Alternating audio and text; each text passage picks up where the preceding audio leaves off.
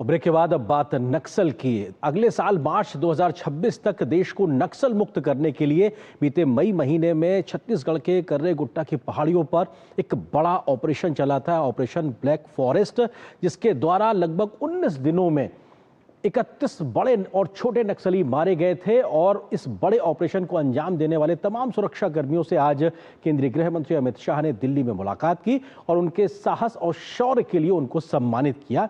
और इसी तरीके से आज भी नक्सल मुक्त भारत के अभियान को बड़ी सफलता छत्तीसगढ़ में मिली, जब बड़ी संख्या में नक्सलियों ने आत्मसमर्पण किया है। अमित शाह ने एक बार फिर से इस बात का जिक्र किया और अपनी प्रतिबद्धता को जताया है कि भारतीय सुरक्षा बलों के शौर्य के चलते अगले साल मार्च तक देश नक्सल की समस्या से मुक्त हो जाएगा। भारत को नक्सल मुक्त बनाने की दिशा में तेजी से अभियान जारी है। इस अभियान को सफल बनाने में सुरक्षा बलों की विशेष भूमिका है। छत्तीसगढ़ तेलंगाना सीमा पर स्थित कुरेगुटालू पहाड़ का जिक्र अब ऑपरेशन रणनीति की मिसाल बन चुका है। केंद्रीय गृह एवं सहकारिता मंत्री अमित शाह ने बुधवार को कुरेगुटालू पहाड़ी पर ऑपरेशन ब्लैक फॉरेस्ट को सफलतापूर्वक अंजाम देने वाले सीआरपीएफ, छत्तीसगढ़ पुलिस, डीआरजी और कोबरा के जवानों से नई दिल्ली में भेंट कर उन्हें सम्मानित किया। बता दें कि इस साल मई के महीने में नक्सलवाद के विरुद्ध चले ऑपरेशन में छत्तीसगढ़ तेलंगाना सीमा के कुरेगुटालू पहाड़ पर कुख्यात 31 नक्सलियों को मार गिराया था। गृह मंत्री ने सोशल मीडिया प्लेटफॉर्म पर लिखा, कुरेगुटालू की दुर्गम पहाड़ियों पर लगातार 19 दिनों तक चले सबसे बड़े नक्सल विरोधी अभियान में बिना हताहत हुए 30 से अधिक नक्सलियों को मारकर इन वीर जवानों ने ऐतिहासिक सफलता प्राप्त की। नक्सल विरोधी अभियानों के इतिहास में हमारे सुरक्षा बलों की बहादुरी स्वर्णिम अक्षरों में लिखी जाएगी। ऑपरेशन ब्लैक फॉरेस्ट में जवानों ने न सिर्फ नक्सलियों के बेस कैंप को नष्ट किया, बल्कि उनकी सप्लाई चेन को भी भारी आघात पहुंचाया। मोदी सरकार और छत्तीसगढ़ सरकार नक्सल विरोधी अभियानों में शहीद या घायल हुए जवानों और उनके परिजनों के जीवन को सुगम बनाने के लिए कटिबद्ध है। कृतज्ञ राष्ट्र की ओर से हमारे सुरक्षा बलों का सम्मान किया। अमित शाह ने नक्सल मुक्त भारत बनाने की डेडलाइन को एक बार फिर दोहराते हुए कहा कि मार्च 2026 तक देश को नक्सल मुक्त बनाना मोदी सरकार का संकल्प है।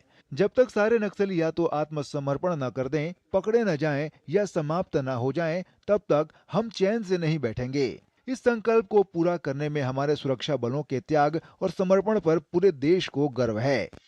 वहीं छत्तीसगढ़ में नक्सलियों के खिलाफ लगातार चलाए जा रहे ऑपरेशन की वजह से एक बार फिर सुकमा में 33 लाख के 20 नक्सलियों ने सरेंडर कर दिया है। पुलिस और सुरक्षा बलों के एक्शन, पुनर्वास नीति और सरकारी योजनाओं से प्रभावित होकर इन सक्रिय नक्सलियों ने हथियार डालकर मुख्य धारा में लौटने का फैसला किया।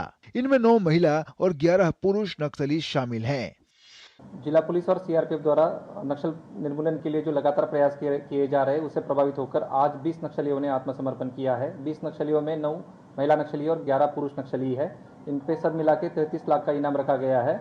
इनमें 2 नक्सलियों पे 8 लाख का इनाम है, 1 नक्सलियों के 5 लाख का इनाम है। इसके अलावा 4 नक्सलियों के पे 4-4 लाख का इनाम है और बाकी अन्य नक्सली अग्र संगठन के सदस्य है।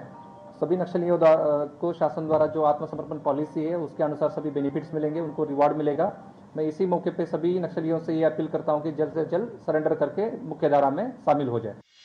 गृह मंत्री अमित शाह साफ कर चुके हैं कि 2026 तक भारत को नक्सल मुक्त बनाना है। इसी लक्ष्य को देखते हुए सुरक्षा बल अब सिर्फ जंगलों में नहीं, बल्कि उन लोगों की पहचान में जुटे हैं जो किसी भी रूप में नक्सलियों को संसाधन, जानकारी या पनाह दे रहे हैं।